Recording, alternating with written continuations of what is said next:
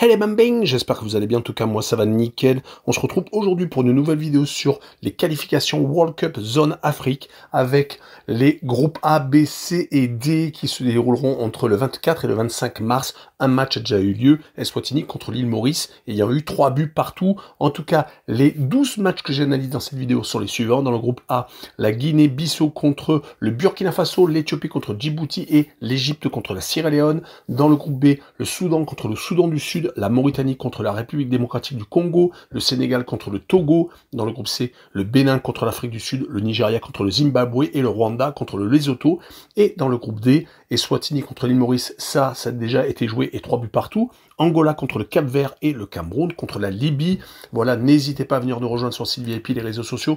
Tout est à l'écran et en description. N'hésitez surtout pas à mettre vos pronostics, vos critiques positives ou négatives, votre petit pouce qui va bien pour faire monter la vidéo le plus haut possible. Et n'oubliez surtout pas de vous abonner. On est au-delà des 19 400. Merci encore. Cette vidéo va peut-être être un peu plus courte. Je vais vous donner tous mes pronostics. Je vais d'abord enchaîner groupe par groupe.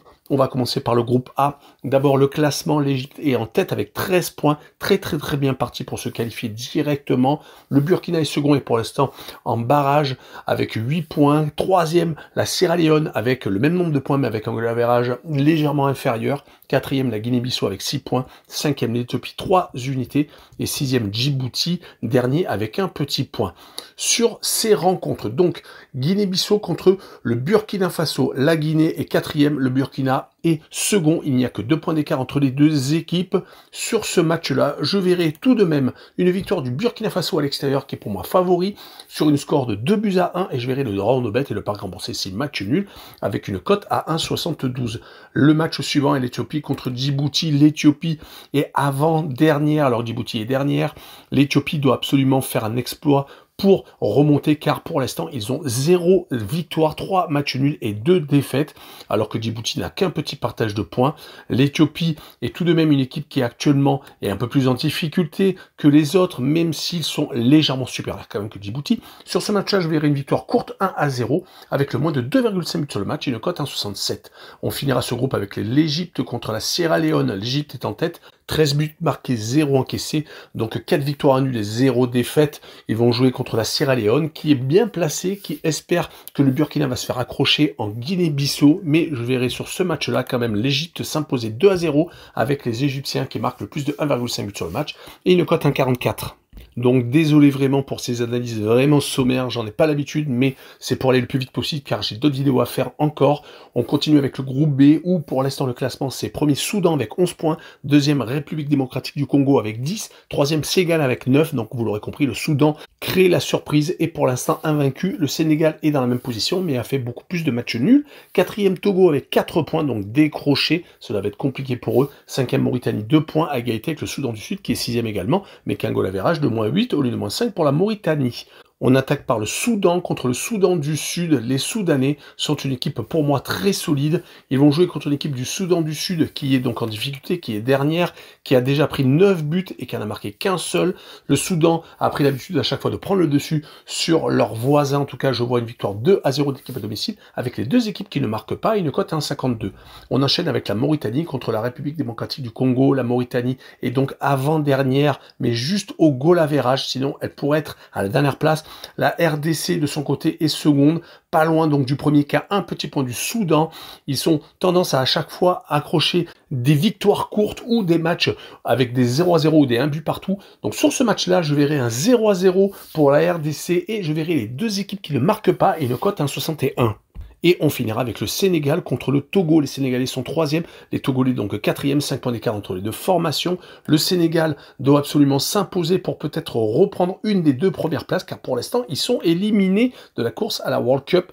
Ils n'ont pas perdu de match depuis très longtemps. Du côté des Togolais, c'est 2 matchs sans défaite avec une victoire contre la Guinée équatoriale et un match nul contre la Mauritanie. Donc sur ce match-là, je verrai le Sénégal s'imposer 2-0 avec le moins de 2,5 buts sur le match et une cote 1,70. Le groupe suivant est le groupe C avec pour l'instant l'Afrique du Sud qui est en tête avec 10 points. Deuxième le Bénin avec 8. Troisième le Rwanda avec 7. Quatrième le Nigeria, très grosse surprise qui est quatrième donc avec 6 points. Cinquième le Lesotho avec 5 unités. Et sixième le Zimbabwe avec 3 points.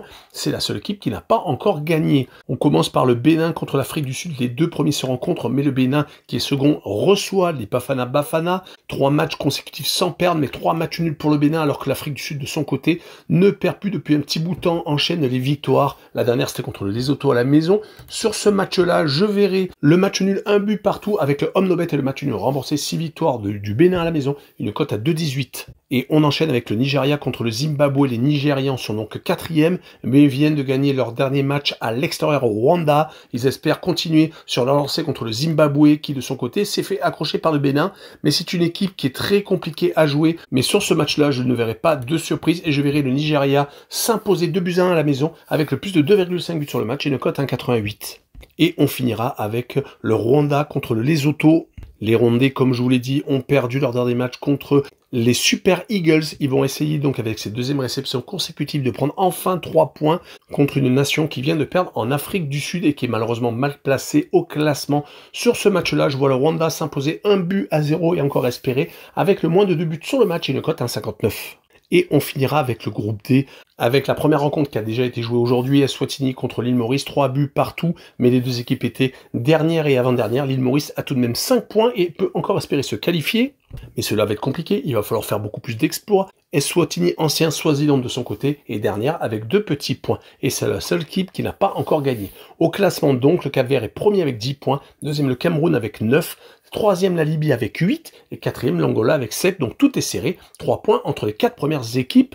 Donc le match que j'analyse c'est Angola contre Cap-Vert. Les Angolais sont avec une obligation de s'imposer contre le leader. Les Angolais enchaînent les matchs nuls malheureusement, donc le match nul en Libye le dernier match et du côté du Cap-Vert ils ont battu l'île Maurice. C'était plus logique mais seulement 1-0. Donc sur ce match-là je verrai l'Angola s'imposer quand même à la maison 1-0 et je verrai la combinaison double chance 1N et moins de 3,5 buts sur le match.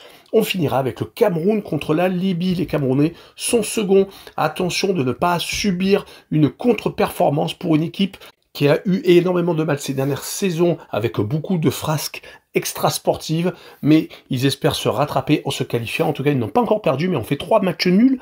Du côté, par contre, de la Libye, c'est un peu la surprise. Ils sont qu'à 1 point des Lions indomptables, n'ont perdu qu'une seule fois.